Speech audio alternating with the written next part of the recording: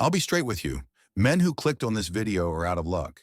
But I'm happy about it because after watching this, their lives will never be the same. I'll tell you about your past, present, and give you only two possible futures. The choice is yours.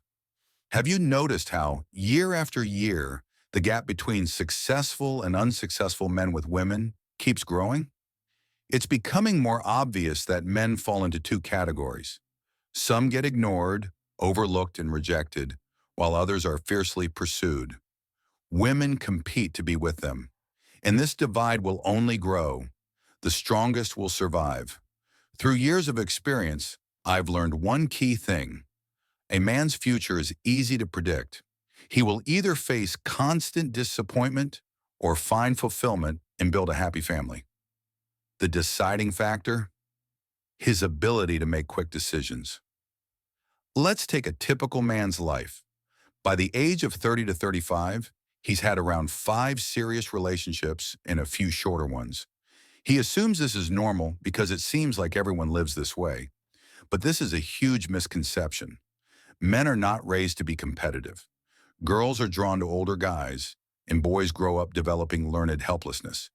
They suppress their desires, hold back their actions. So when a man wants to approach a woman, he finds excuses not to.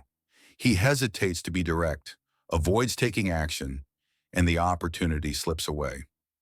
Now let's analyze this through the lens of a breakup.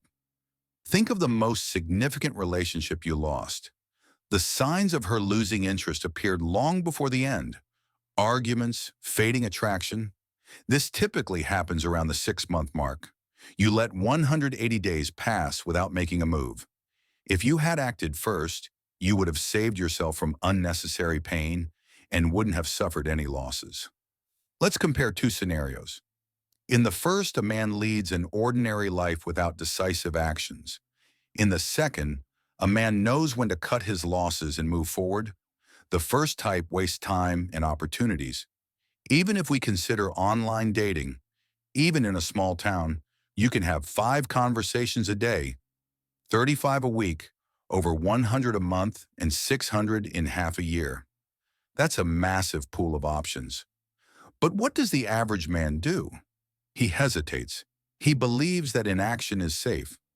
I haven't done anything drastic. What if she comes back? But life doesn't work that way. It's like having a cavity. Ignoring it only makes things worse. You know it won't heal itself, but you avoid the dentist anyway. So what does he get in return? After 180 days of waiting, he's broken, his self-worth diminished. If you think being treated with indifference by a woman won't affect you, you're mistaken. It always leaves a mark. And when she finally leaves, that's just the beginning of the suffering. He's not ready to meet new people because he's emotionally drained. He either dwells on the past or isolates himself from relationships altogether.